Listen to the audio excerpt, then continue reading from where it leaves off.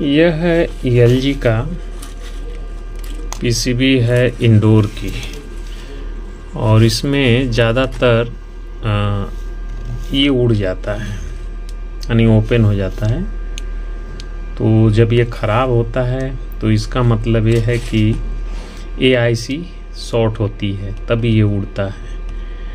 अगर देखें तो यहाँ से AC इनपुट होगी, यानी इस कॉइल से यानी फिल्टर से हो करके जब ये यहाँ से देखिए तो इस डायोड के ज़रिए यहाँ से पॉजिटिव बनी, इस जगह पे दोनों से एक एक डायोड लगा के पॉजिटिव बनी, निगेटिव के लिए एक यहाँ पे है और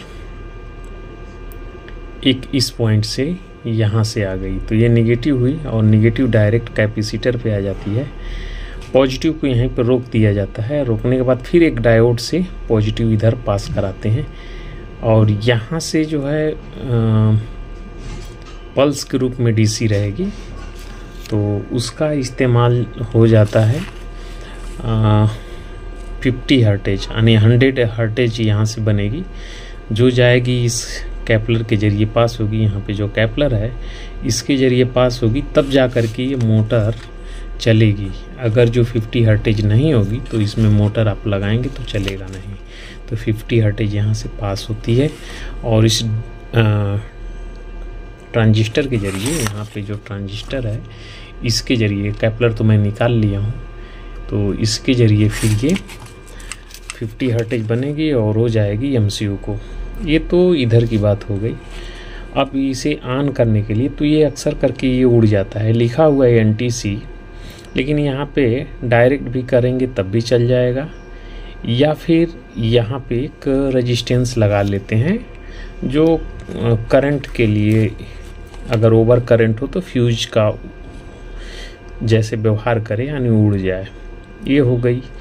अब यहाँ से ये जो पॉजिटिव बन रही है, ये पॉजिटिव इसका जो ट्रांसफार्मर है, ये देख रहे हैं सिर्फ सिंपल ट्रांसफार्मर है। 12 वोल्ट यहाँ पे बनेगी यानी इस पॉइंट इसको निगेटिव बना लिया गया है। यहाँ से डायोड लगा के इस तरफ यानी इस कैपेसिटर पे चली गई है यहाँ पे, और फिर यहाँ से रिफरेंस बना करके इस कैपलर पे आता है और यहाँ से फिर ये आएगी। यहाँ पे TNY 266 IC लगी है।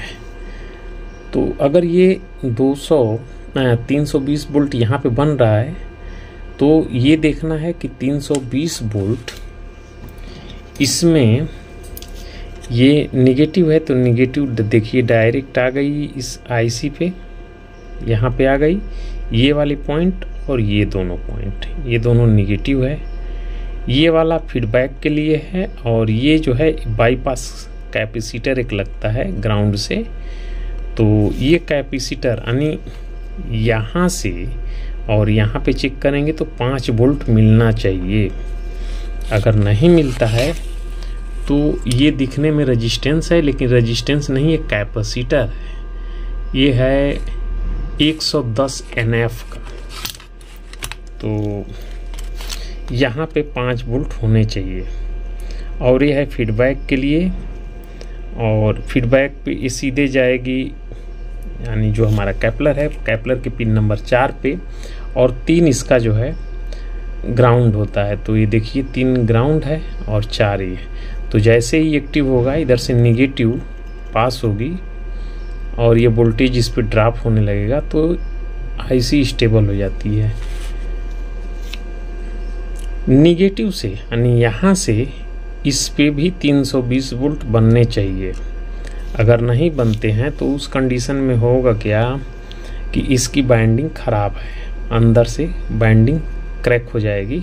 तो ये जो पॉजिटिव सप्लाई है ये प्लस, ठीक है, ये कैपेसिटर है यहाँ पे ना, ये कैपेसिटर है, देखिए ये कैपेसिटर है बड़ा वाला। तो यहाँ से इसको पास होना ही चाहिए, ये वाली प्लस अंदर से हो करके यहाँ पे आएगी, और इधर से जब भी स्विचिंग होगा तो ये ड्रेन इसके बीच में स्विचिंग होगा तो इसमें मैग्नेटिक फ्लक्स बनेगी। लेकिन होता क्या है कि जब भी ये स्पार्क मारता है या शॉर्टिंग होती है तो इसके वायर आपस में ही 8-10 कॉइल का आपस में चिपक जाएगा इंटरनली, तो कंटिन्यूटी तो शो करेगा।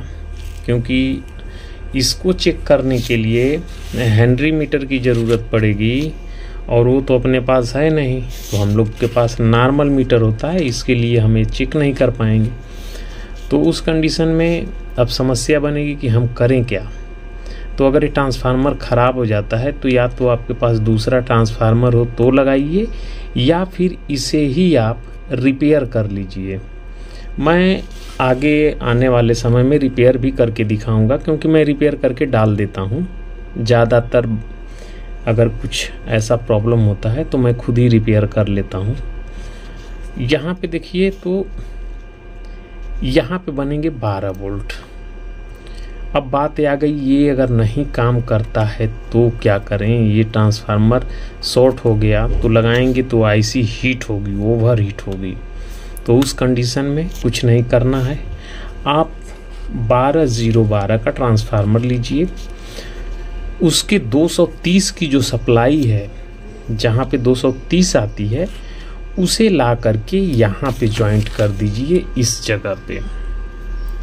ये इस जो फिल्टर है यहाँ पे, यहीं पे आप जोड़ दीजिए, यहाँ पे और यहाँ पे 230 की सप्लाई यहाँ पे और यहाँ पे आप जोड़ दीजिए, यानी न्यूट्रल और लाइन यहाँ पे मिल गई। और उसका दूसरा वाला जो वायर बचता है, जो 012 है, तो यहाँ से निकाल दीजिए, इस ट्रांसफार्मर को निकाल दीजिए, एक को यहाँ पे लगा दीजिए और दूसरा वायर यहाँ पे लगा दीजिए, बस। यानी एक वायर यहाँ पे, एक वायर यहाँ पे, और एसी वाली इस जगह पे लगा दीजिए, यानी यहाँ पे, यहाँ पे। यहाँ भी लगाएंगे तो कोई इशू नहीं होगा, लेकिन यहाँ पे लगाइए, क्योंकि ये इंडक्टर है तो यहाँ पे काम कर जाएगा। तो यहाँ पे और यहाँ पे लगाइए मेन लाइन में, और दूसरा जो 12 वोल्ट है उसको यहाँ से और यहाँ पे लगा दीजिए, इसको निकाल दीजिए। तो एक इसमें और इसमें लगा देंगे तो एक वायर यहाँ से आ जाएगी इस पे, और यहाँ से हाफ ब्रिज बन करके इस कैपेसिटर को चार्ज कर देगा। अगर जो और अच्छा रिस्पांस लेना है तो यहाँ पे जो कैपेसिटर है, ये कितने मान का है, ये 470 लगा है, ठीक है, ये 470 का लगा है। तो यहाँ पे आप 1035 का लगा दीजिए, 1035 का, बस प्रॉब्लम सॉल्व हो गया। इसको निकालिए, 1035 लगा दीजिए। इससे क्या होगा कि फ्रीक्वेंसी अभी यहाँ पे कम है तो कैपेसिटर को तो थोड़ा ज़्यादा वोल्टेज मिल जाएगा। ये वोल्टेज 12 वोल्ट यहाँ पे बनेंगे तो 12 वोल्ट यहाँ से देखेंगे तो एक लूप लगा है, ये लूप है, और इस लूप से यहाँ पे रेगुलेटर है जो 7805 है। ये देखिए, तो ये 7805 है, ये दूसरे मॉडल का है, ठीक है, ये 7805 है। तो कोई भी समस्या नहीं होगी, आसानी से यहाँ पे 5 वोल्ट बन जाएगा जो एमसीयू चलाएगा, और ये 12 वोल्ट जो बनेगा इससे जो है रिले वगैरह सब ऑपरेट हो जाएगी, तो कोई भी दिक्कत नहीं होगी। इस तरह से करके आप ट्रांसफार्मर लगा सकते हैं। चलिए नेक्स्ट वीडियो में फिर मिलते हैं।